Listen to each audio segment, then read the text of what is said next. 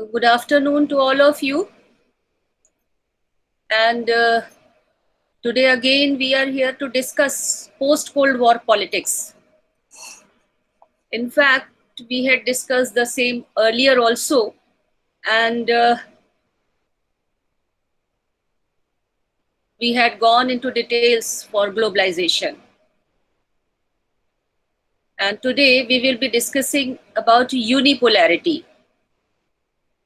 As you know, that in 1989, with the fall of Soviet Union, the whole system of communism fell, and many of the countries of East Europe also had to give up communism and adopt capitalism because of many causes, which we will discuss later on.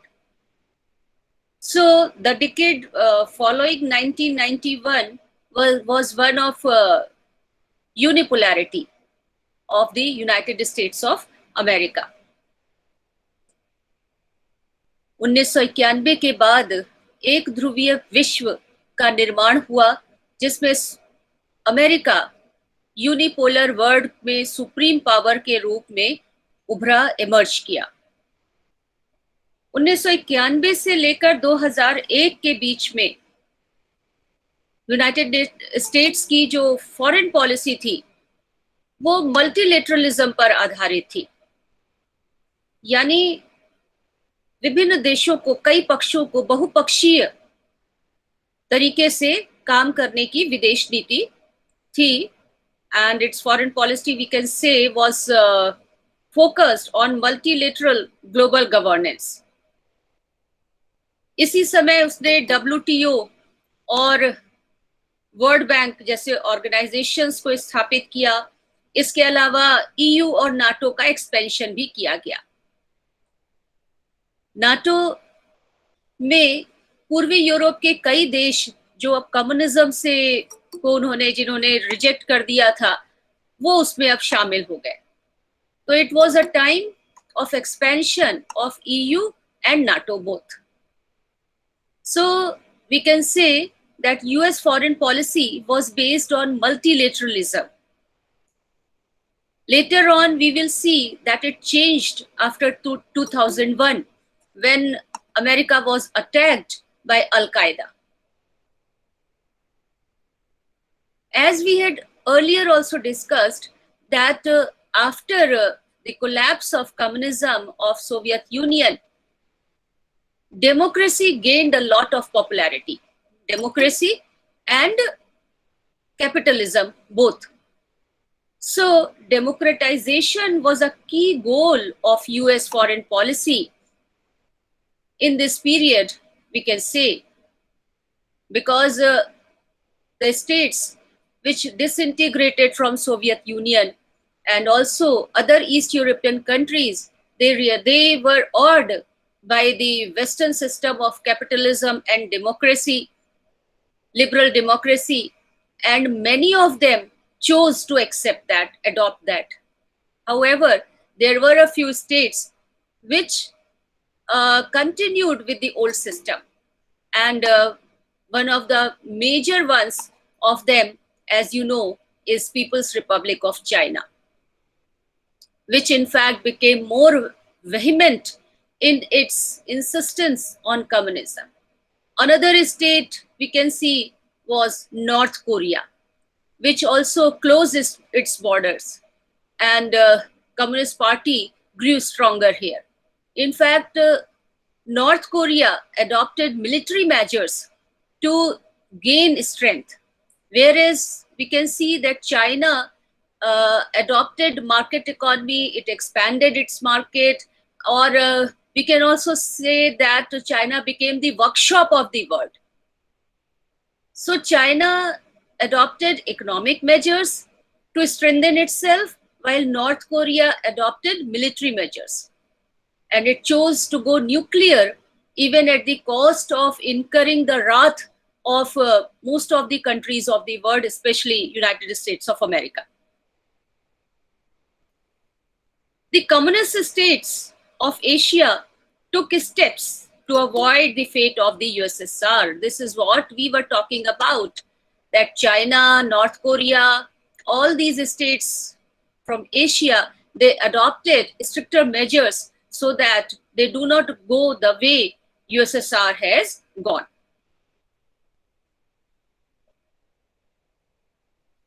Europe's largely successful transition away from bipolarity has been helped by the continent's shared sense of identity and the strength of EU and NATO.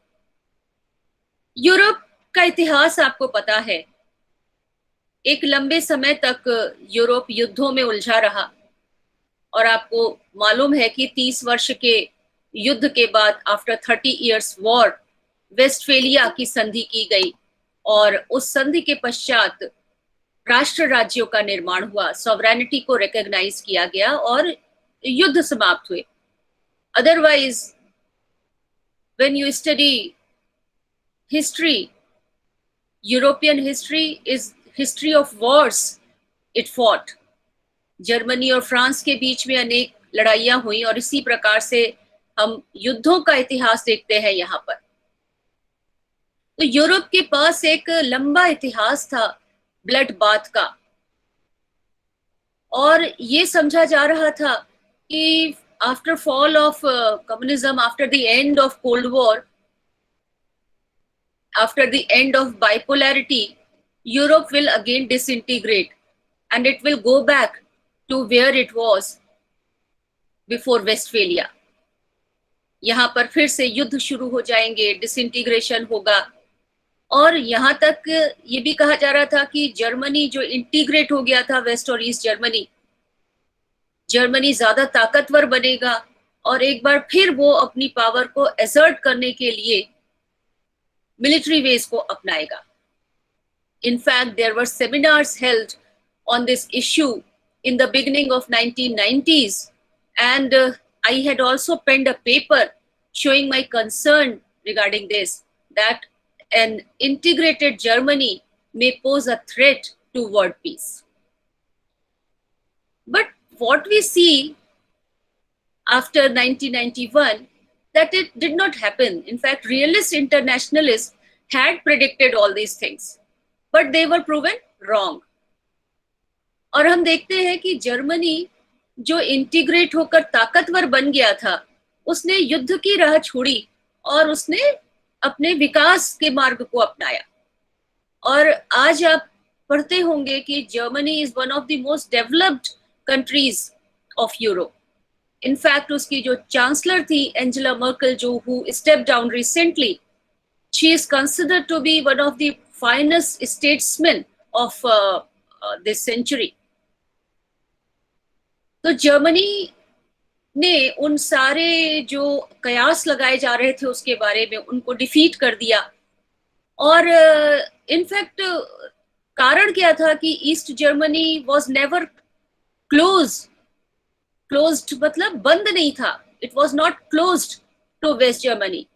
उसको West Germany में क्या हो रहा है, वहां लोग कैसे रहते हैं, उनका लाइफ स्टाइल क्या है, ये सारी बातें उसको मालूम होती रहती थी. और इसलिए East Germany had a fascination for the lifestyle being adopted in West Germany. ऐसे ही यूरोप के और भी ऐसे देश थे जैसे हंगरी या अन्य कुछ ऐसे देश which were open to the world, जिन्होंने आयरन कर्टेन को ड्रॉ नहीं किया था और जो विश्व के बारे में जानते थे. और चूंकि वो जानते थे इसलिए they knew what capitalism, what Western system can bring to them, and so they chose the Western system. They chose peace over war and conflict. तो जो भय था कि कोल्ड वॉर के खत्म होने के बाद यूरोप में एनार्की होगी, वैसा नहीं हुआ. और इनफैक्ट यूरोप को एक आइडेंटिटी मिली और उसने ईयू का विस्तार किया. जो पहले यूरोपियन कम्युनिटी कहलाता था, इट बिकेम यूरोपियन यूनियन, और उसका विस्तार हुआ, इट बिकेम मोर स्ट्रॉन्ग. और हम देखते हैं कि पिछले लगभग 30 सालों में EU came out as a very strong entity, और उसका फोकस था इकोनॉमिक प्रोग्रेस पर, and which it achieved also. Instead of fighting the wars, it achieved progress and prosperity. So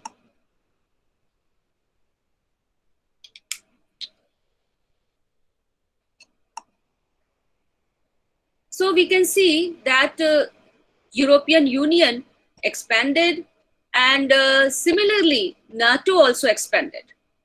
North Atlantic Treaty Organization, which was formed after the Second World War by the United States of America to ensure security to its allies from USSR.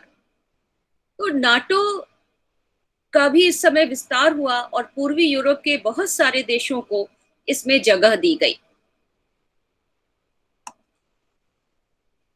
और NATO जो Europe की stability को, balance of power को ensure करने के लिए बनाया गया था, it continue to work. In fact शुरू के 20 सालों में, that is from 1991 to 2001, and even after a few years, till few years later, United States of America continued to extend support to NATO, और वो अपने allies को ही नहीं बल्कि उनको भी सपोर्ट दे रहा था जो कभी उसके एनिमीज थे, यानी जो पूर्वी यूरोप के देश थे, जो कम्युनिस्ट होने के नाते कोल्ड वॉर के दौरान उसके एनिमी के रूप में देखे जाते थे। तो उनको भी अब वो अपने फोल्ड में ले रहा था, and NATO was being expanded, and United States of America was providing all support and cooperation and help to these states. तो ये भी प्रभाव हुआ कोल्ड वॉर के अंत के बाद और यूनिपोलैरिटी के आरंभ होने के साथ। फिर इसके अलावा we can see that the end of Cold War brought widespread change to the global South. It included a widespread movement towards liberal economic policies, and there were also several examples of state collapse. In Asia, in global South means the countries, the states lying in the southern hemisphere of the world. And as we know that the southern hemisphere hosts the largest population. Most of the population of the world, about 80% population of the world, lives in countries which are in southern hemisphere. And resources are very less. In fact, it is said that only about 20% of the world resources are with the southern hemisphere, and as such there is a lot of pressure on these countries, on the economies of these countries, pressure of the population, pressure to meet the basic requirements of the people. southern hemisphere जिसको कभी third world कहते थे, अब जिसको global south कहा जाने लगा, इसमें अफ्रीका भी आ जाता है, इसमें एशिया भी आ जाता है, यानी लैटिन अमेरिकन कंट्रीज के बाहर जितने भी देश हैं वो सब इसमें आ जाते हैं। And one feature, one characteristic was that most of the countries in the global south had been under some or the other developed states. They had been colony of some of the developed states, and as such they had gained independence only recently. So they were young states, like India. It gained independence in 1947. And in 1991, we see that only about 45 years had passed since its independence. And so these states were young. They had a lot to do in the field of development. तो हम क्या देखते हैं कि जो global south की countries थी, उनके सामने भी एक चैलेंज उत्पन्न हो गया, because as you know that India also wanted to remain independent, and so it chose to be non-aligned. It was supported by Soviet Union in its fight against colonialism, racialism, apartheid,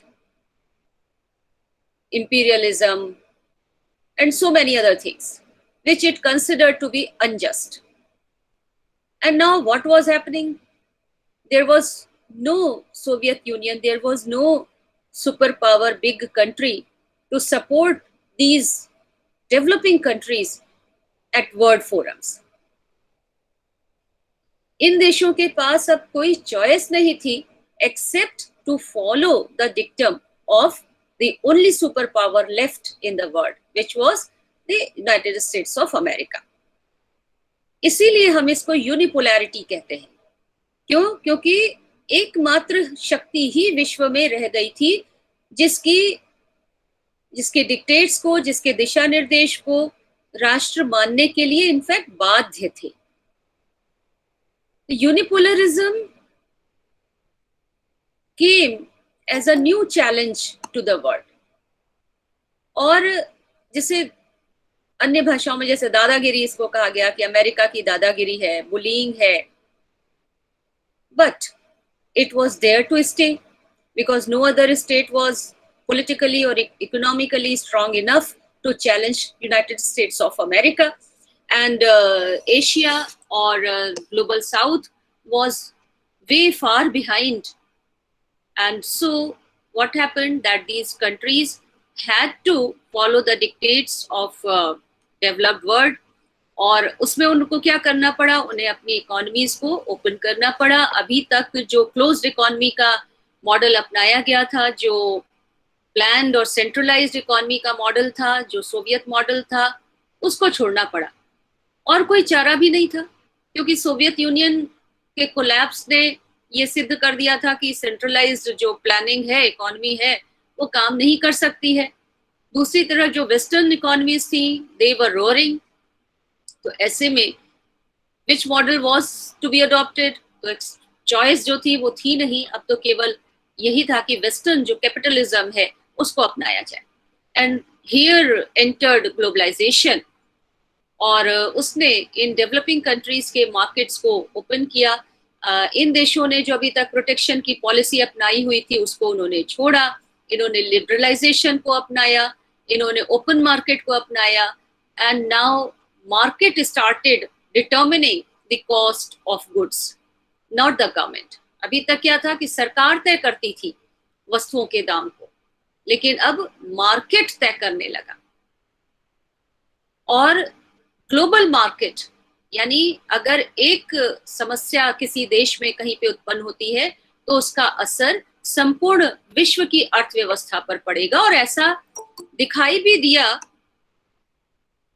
जब 2007-8 के करीब United states में सब prime crisis उत्पन्न हुई, जिसके तहत loans were given to people who were not able to pay them. यानी लोगों के क्रेडिट से ज्यादा उनको हाउसिंग लोन दिए गए इंफ्रास्ट्रक्चर को एक पुश देने के लिए. और ये वो लोग थे जो इस लोन को पे नहीं कर सकते थे एंड दे बिकेम डिफॉल्टर्स. नतीजा क्या हुआ कि बड़े बड़े जो फाइनेंशियल कंपनीज थी, बैंक्स थे, they started failing. Lehman bank का एग्जांपल उसमें बड़ा प्रमुख है. तो ये they started failing and it impacted the world economy. पूरे विश्व में एक डिक्लाइन आया मार्केट में और एम्प्लॉयमेंट सेक्टर भी उससे प्रभावित हुआ. मार्केट तो प्रभावित हुआ, मार्केट तो played the role. So we can see now that after cold war markets were opened. जो प्रोटेक्शन की पॉलिसी थी वो खत्म हो गई, संरक्षण की नीति खत्म हो गई, और उसकी जगह पर जो सिस्टम आया उसने पूरे विश्व को मार्केट बना दिया. अब विश्व एक बाजार व्यवस्था के तहत काम करने लगा.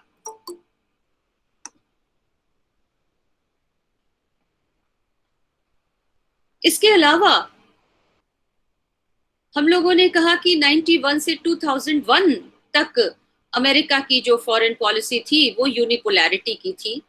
इस दौरान यद्यपि उसने multilateralism को अपनाया था.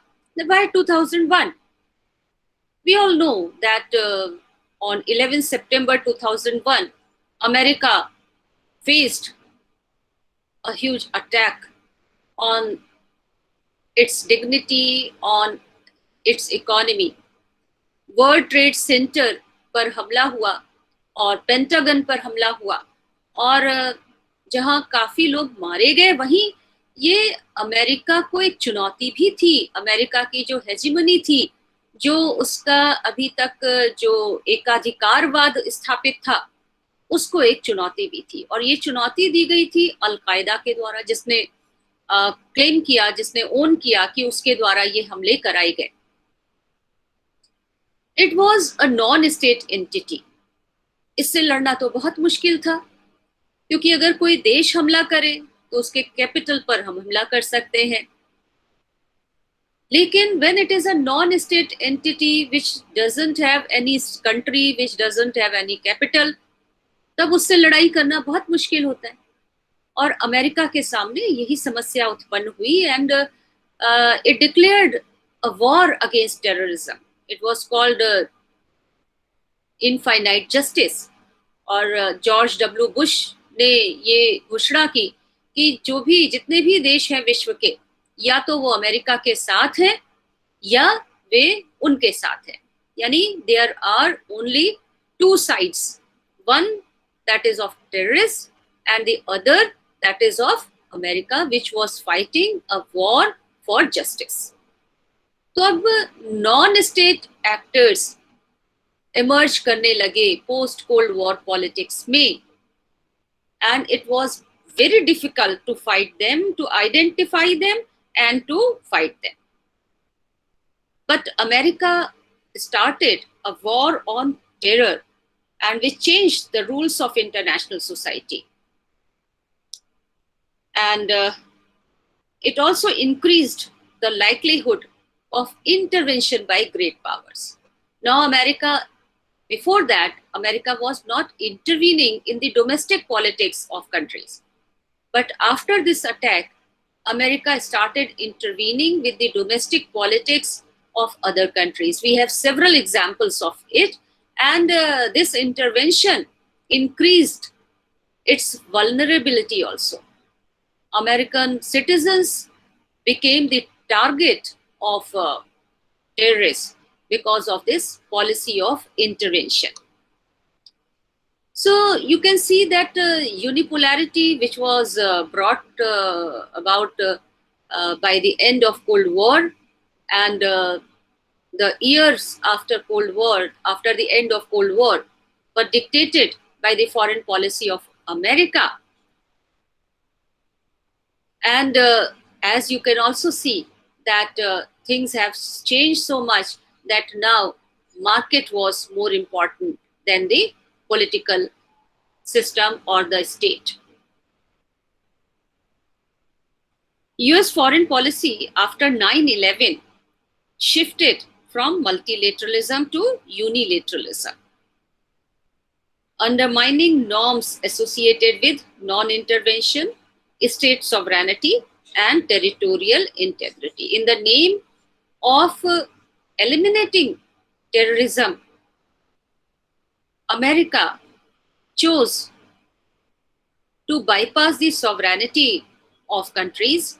It also chose to interfere with the territorial integrity of the countries. It eliminated Osama bin Laden in the middle of the night, entering Pakistan air territory, and without informing Pakistan. Then we can also see that the US fight against violent non-state actors, including terrorists, has allowed it and other states to adopt behavior that was previously not accepted, which was against the rules of international society. We are talking about extreme intervention. We are talking about day-to-day intervention by US foreign policy in the affairs of other countries. तो post cold war जो विश्व बना उसमें हम देखते हैं कि एक ध्रुवीयता स्थापित हुई और यूनिपोलरिज्म ने जगह ले ली बाइपोलरिज्म और मल्टीपोलरिज्म की। एक सवाल इसलिए मन में उठता है कि क्या अच्छा था, यूनिपोलैरिटी जो पोस्ट कोल्ड वॉर स्थापित हुई या बाइपोलैरिटी और मल्टीपोलैरिटी जो कोल्ड वॉर के दौरान थी, जिसके विषय में हमको सोचना चाहिए और केवल स्टेटमेंट नहीं बल्कि क्यों, वाई, हमें अपने जो भी हमारा हाइपोथेसिस है उसको हमें कुछ आर्ग्यूमेंट्स के साथ प्रस्तुत करना चाहिए। तो this is a question for all the students and they should think about it and right about it briefly so that they have an opinion about international politics of the day.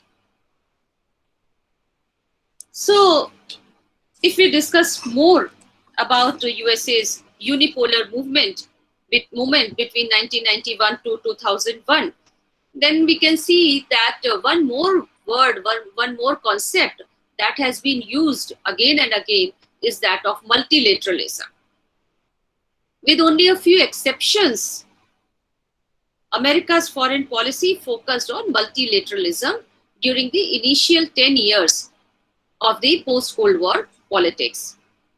As America preferred method of conflict resolution and problem solving, building alliances, and broad coalition even when it could have taken unilateral steps to address those problems. It chose to resolve these conflicts by entering into alliances and thus involving many parties to solve that issue.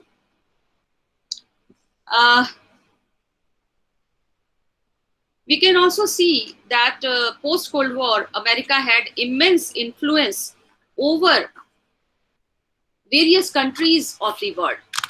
It dictated the norms and rules of the world, and we see that it could have had dictated its terms if it wanted, which it started doing in the later years. So, unipolarity encourages states around the world to mirror the actions of global hegemon. This behavior is called bandwagoning. Bandwagoning इसका मतलब क्या होता है? Bandwagoning का मतलब है कि the tendency of actors to mirror the behavior of a dominant actor in a society. जैसे हम किसी ऐसे व्यक्ति के व्यवहार को कॉपी करने लगते हैं जो बहुत प्रोमिनेंट व्यक्ति है, सोसाइटी का सदस्य है, उसी तरीके से स्टेट्स के लिए भी कहा गया कि स्टेट्स जो एक डोमिनेंट एक्टर है इंटरनेशनल पॉलिटिक्स का, उसके बिहेवियर को कॉपी करने लगे. This is called बैंडवैगनिंग. 1990 के बाद हम देखते हैं कि अमेरिका ने अपने प्रभाव का प्रयोग करके अपने कुछ मुद्दों को आगे बढ़ाने का काम किया. क्या मुद्दे थे ये? पहला जो इशू था दैट वाज ऑफ कैपिटलिज्म, पूंजीवाद का मुद्दा था जिसको उसने आगे बढ़ाया. हमने एंड ऑफ कोल्ड वॉर और एंड ऑफ हिस्ट्री और क्लैश ऑफ सिविलाइजेशन की बात की थी. एंड ऑफ हिस्ट्री का हम लोगों ने पढ़ा था कि अर्थ कहा गया कि कम्युनिज्म के अंत के साथ या सोवियत संघ के पतन के साथ साम्यवाद का अंत हो गया, यानी ये पूरा सिस्टम फेल हो गया. Now we don't have any other option and all the countries should adopt capitalism. And if they don't adopt capitalism then what will ensue? Clash of civilisation. तो अब अमेरिका ने ये डिक्टेट करना शुरू कर दिया कि capitalism should be adopted by all countries, and that is why we find globalization gaining momentum after 1990. 1991 के बाद पूंजीवाद को बढ़ावा मिला, बाजार व्यवस्था को बढ़ावा मिला, ग्लोबलाइजेशन को बढ़ावा मिला, WTO को बनाया गया गैट की जगह पर। GATT was toothless, general agreement on trade and tariff, उसका वजूद खत्म करके उसकी जगह पर WTO को लाया गया, which was a regulatory authority. इस बात को अवश्य ध्यान दें कि वो एक रेगुलेटरी अथॉरिटी WTO है। तो इस तरीके से पूंजीवाद का उसका एक एजेंडा, और दूसरा उसका एजेंडा था डेमोक्रेसी का, जो फिर हम देखते हैं कि in post cold war politics many countries adopted democracy. तो democratisation was another major agenda of United States of America, and it popularised the idea. और ये भी हम लोगों ने देखा कि जो पूर्वी यूरोप के देश थे जहां पर अभी तक साम्यवाद था, उनको भी अब वेस्टर्न जो सिस्टम था वो ठीक लगने लगा, समझ में आने लगा कि इट इज बेटर, और उन्होंने इसलिए ग्लासनोस्ट और पेरेस्ट्रोइका को छोड़कर उसकी जगह पर उन्होंने डेमोक्रेसी और कैपिटलिज्म को, लिबरल डेमोक्रेसी को अपनाना शुरू कर दिया, लिबरल स्टेट को अपनाना शुरू कर दिया। We had already talked how EU and NATO had expanded, and this was one more agenda which was furthered by United States. So, America used its position as the sole superpower of the world to further two of its main agenda, that is democracy and capitalism. After the fall of USSR, only USA could claim the superpower status. Other states, which were although nuclear armed, and they had nuclear power, yet they were not able to claim that status. We are talking about People's Republic of China, which could not compete at that time with the power of United States. However, the picture of international relations painted by polarity is problematic, and it is because of three reasons. First, it ignores the influence of other states. When we say unipolarism, we are ignoring the influence of other states in global international society. It isn't that other states do not have any influence in international society. Secondly, it only considers international relation on a global scale. What about regional level, where countries may be holding influence on international affairs, on various actions? So, when we say unipolarism, it only talks of international relation on a global scale, ignoring the fact that the norms, rules, and practices of international society can differ from region to region. Like we could never say that Cold War ended in South Asia. There was tension between Pakistan and India. There was tension between India and China. So Cold War never ended at regional level, although global Cold War could have had ended. So when we say unipolarism, we ignore regional powers, we ignore regional issues, regional status of the states. Thirdly, by concentrating on states, polarity ignores the role of important non-state actors. We know that non-state actors play an important role in international relations. As we can see how terrorism, how environmental issues and NGOs related to it, they play an important role in defining, in determining international politics, international relations. So it would be very wrong to contain ourselves only to states. In fact, non-state actors should also be considered. So polarity, unipolarity is not a correct word because we, when we use this word, we enter into some problems. We have to consider some issues like that we have discussed. Then, post-Cold War, what was the immediate consequence? What was the immediate consequence of the end of Cold War? We see that there was fall of communism, communist states fell, and communist governments simply collapsed.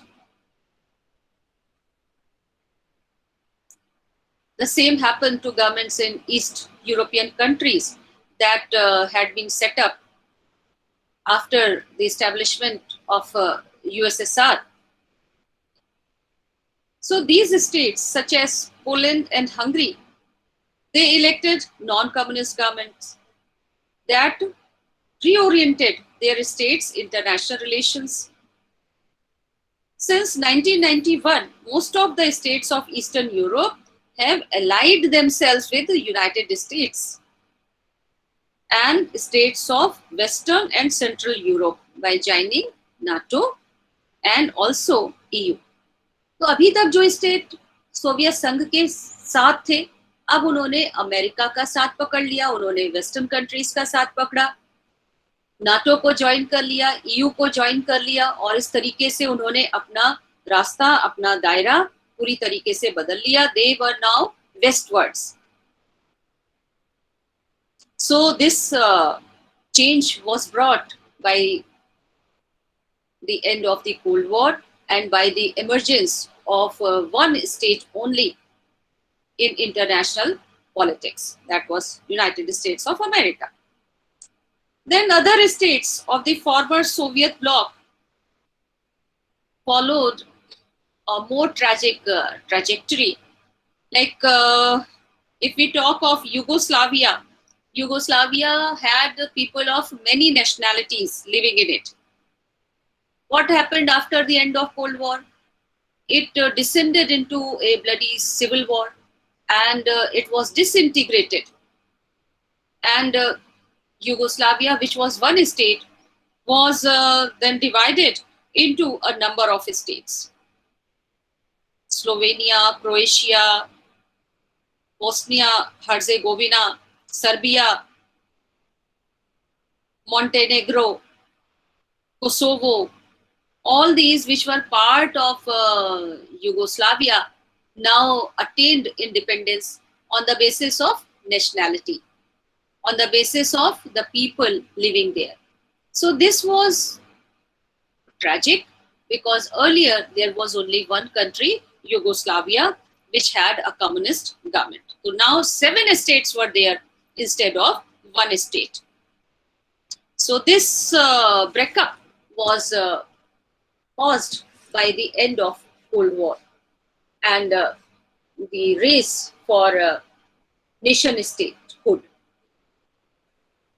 Then if we talk of Soviet Union, then we see that Russia was the largest state which emerged after the fall of Soviet Union. And for the first 10 years almost, Russia was dictated by the countries of G7, America and other developed countries. But after the coming of Putin, Vladimir Putin as president and then prime minister and then again as president, things changed there. And Putin tried to restore the position of United States,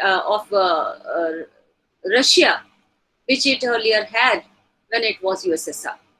Although it's a difficult task because economically Russia is still not in competition, although it has oil and gas, which can make it at least a big power.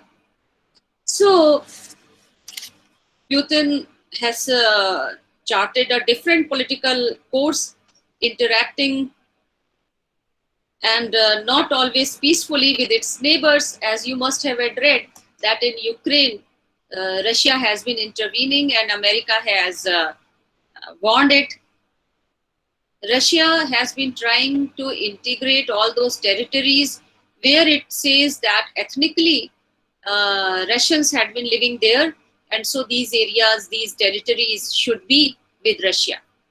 Crimean Peninsula was integrated into Russia by Putin, and it was a call for all those countries which had disintegrated from the Soviet Union. I will answer the questions later on, student. Let me finish what I'm saying, then we will take the questions. Then again, we have some more states. If we go into them, then it will take a lot of time. However, Estonia, Latvia, Lithuania, they chose to be with NATO. Then we have Belarus and Kazakhstan, which chose to be with Russia. And then we have Ukraine and Georgia, which have been straddling the lines between Western and Eastern world, and they are like buffer states, which are placed between Western and Eastern countries. You must be remembering what are buffer states? States that exist between two rival international groups. And what happens? This makes them vulnerable in international rivalry.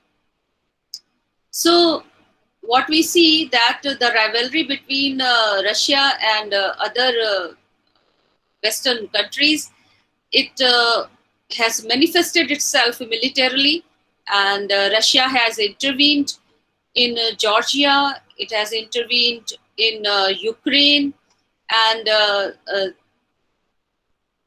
the purpose was to retain its influence on these two countries. So, after the end of Cold War and the emergence of unipolar world, we can see that it had a different kind of impact on various countries and on various regions too. As we had talked that in Europe, we could see that it brought about more solidarity, expansion of NATO and EU, whereas in Asia, we can see that things were not that good because resources were less. These countries were new, and so many of them had to be put under neo-colonialism because World Bank and IMF sanctioned loans on some conditions only, and those conditions brought them under the influence of international forums and countries like United States. So unipolarism has, I believe, impacted the global south in the worst ways, because their socio-economic growth has been impacted. Although we can say that their economies have grown, but they have had to open their markets. They had to give up the policy of protection. They were no more able to decide what is good for their citizens. And also the prices were dictated by the market and not by the governments. So all these are matters of concern for the countries of the global south or the third world countries. The end of Cold War had different effects on them, and they had to abandon the Soviet kind of planning in favor of far-reaching market reforms. If we talk of India, we can say कि भारत में जरूर जो socio economic results थे वो बाकी Asian countries के मुकाबले बेहतर रहे. कई एशियन कंट्रीज में इसकी वजह से, ग्लोबलाइजेशन की वजह से डिजास्टर भी हुई. जो इकोनॉमिक डिजास्टर हुई यहाँ पर, उनकी जो इकोनॉमीज थी वो फेल हो गई. विशेष रूप से अगर हम अफ्रीका की ओर जाएं तो हम देखते हैं कि यहाँ पर गरीबी बढ़ी. It has this process, the end of Cold War and the beginning of globalization, opening of markets, liberalization, all these have impacted the African countries in a very negative manner.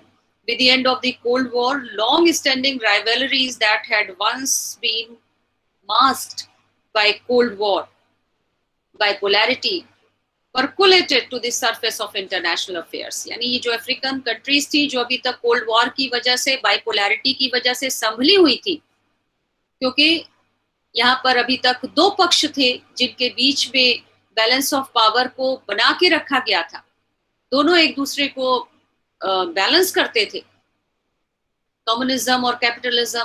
अब एक के अंत के बाद इन देशों में, इन अफ्रीकन कंट्रीज में जो राइवलरीज थी वो उभर कर सामने आ गई। अभी तक तो वो कंट्रोल की जा रही थी बाइपोलरिज्म की वजह से, दो शक्तियों के होने की वजह से there was a balance but not any more.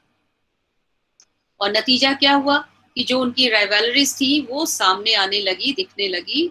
और कुछ कहीं कहीं पर तो ऐसा भी हुआ कि एक लड़ाई हुई और सिविल वॉर हुआ और उसमें एक की जीत हो गई और दूसरा पराजित हो गया। Like in Angola and Mozambique, जो पहले के जो मार्क्सिस्ट रिबल्स थे उन्होंने अपने ओपोनेंट्स को पराजित कर दिया और वो नए शासक बन गए, उन्होंने नई सरकारें यहाँ पर बना ली। यानी मार्क्सिज्म अंगोला और मोजाम्बिक में आ गया नॉन मार्क्सिस्ट गवर्नमेंट्स की जगह।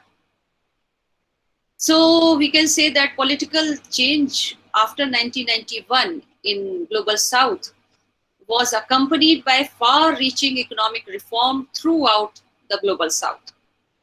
While the end of the Cold War was not the only driver behind the new global economy that emerged in the 1990s, the collapse of the Soviet model of economic development made the case for the market-oriented economy.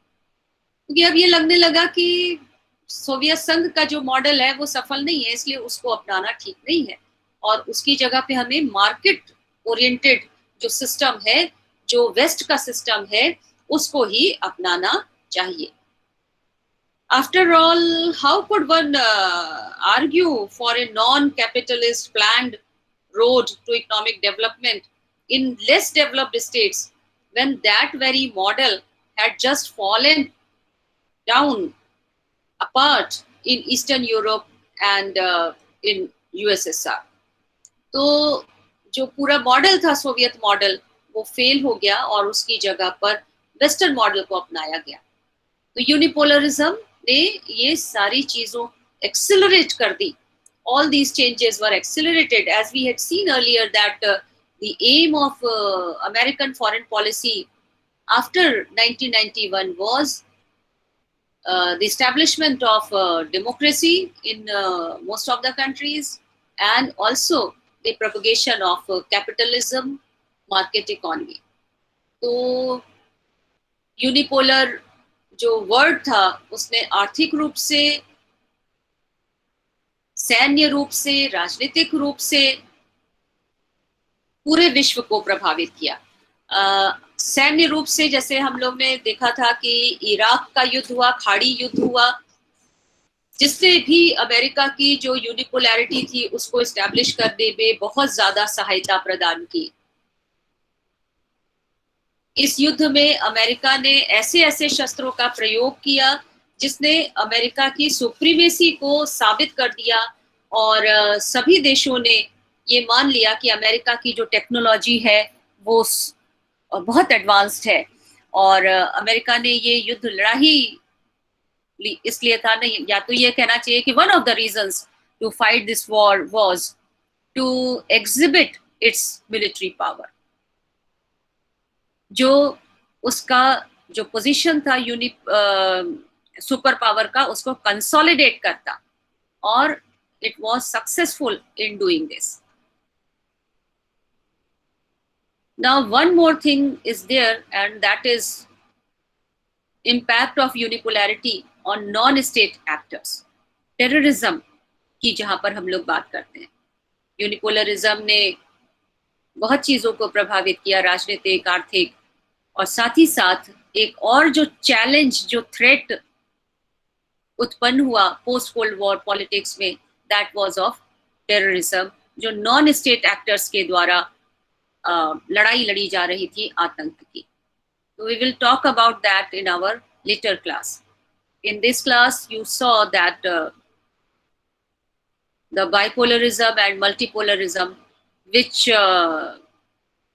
was there during the Cold War, was replaced by unipolarism. एक ध्रुवीय विश्व का निर्माण हो गया. विश्व में एक ही शक्ति बड़ी रह गई और वो था संयुक्त राज्य अमेरिका. और उसकी वजह थी एंड ऑफ कोल्ड वॉर.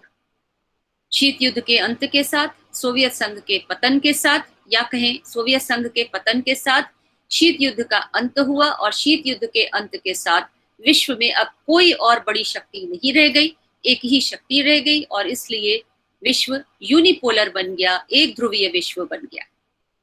और इस एक ध्रुवीय विश्व में अमेरिका ने अपने सुप्रीमेसी को एस्टैब्लिश करने के लिए युद्ध का भी सहारा लिया. इराक युद्ध, जिसमें उसने शक्ति का प्रदर्शन किया, अपने शस्त्रों का प्रदर्शन किया.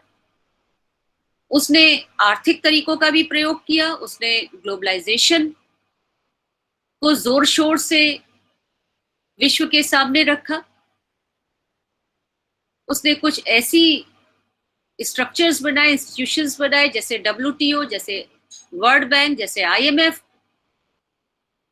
जिन्होंने पूरे विश्व को एक मार्केट में परिवर्तित किया और अमेरिका को आर्थिक शक्ति प्रदान की इन देशों के ऊपर. उसको तेल पर नियंत्रण हासिल हुआ इराक युद्ध की वजह से. और तेल, ऑयल क्या है?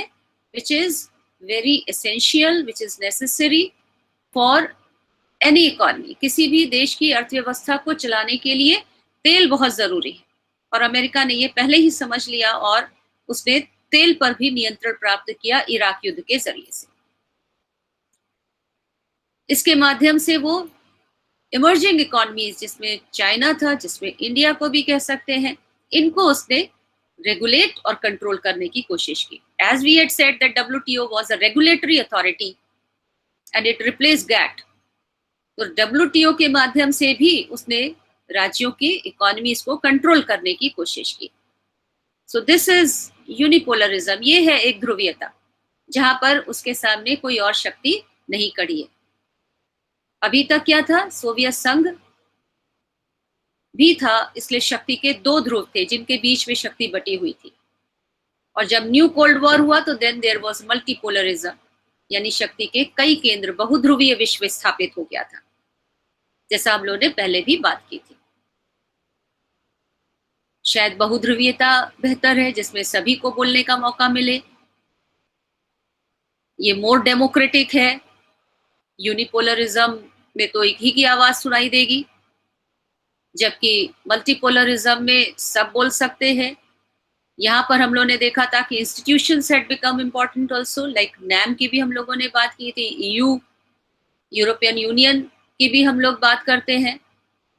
फिर USSR, China, USA, Japan, France, ये सभी देश इमर्ज कर रहे थे, क्योंकि यूरोप में भी ये भावना थी कि अमेरिका की जो सुप्रीमेसी है उसे कम किया जाए. Nobody likes a hegemon. कोई भी एक ऐसे व्यक्ति को पसंद नहीं करता है जो दादागिरी करे. हेजिमोन का मतलब जो अपनी शक्ति को चलाए. एकाधिकारवादी व्यवस्था कोई नहीं चाहता. तो यूरोप भी इसको नहीं चाहता था. तो इसलिए मल्टीपोलरिज्म perhaps was a better situation, but it didn't last much. 8-9 साल में वो उसका पतन हो गया. उसके अपने प्रोज एंड कॉन्स हैं हर व्यवस्था के. बाइपोलरिज्म था तो शक्ति कम से कम बंधी हुई थी, ताकत. जैसे कभी जब देश में क्राइसिस होती है तो शक्ति का केंद्रीकरण हो जाता है. जैसे इस बार आपने देखा कि जो कोविड की सिचुएशन है उसको हैंडल करने के लिए आज राज्यों को और जो राज्य सरकारें हैं या जो केंद्र सरकार है वे अलग अलग तरीके से काम कर रही. पिछली बार केंद्रीकरण था निर्णय में और इसलिए जो स्थिति थी वो अंडर कंट्रोल दिखाई देने लगी थी. तो जब भी क्राइसिस होती है तो केंद्रीकरण होता है. तो जब शीत युद्ध चल रहा था उस समय शक्ति का केंद्र दो जगह पर था, तो बैलेंस बना हुआ था। दूसरा देश भयभीत होता था कोई भी ऐसा काम करने से जो इंटरनेशनल कम्युनिटी के हित में ना हो। But it isn't like that when there is unipolarity.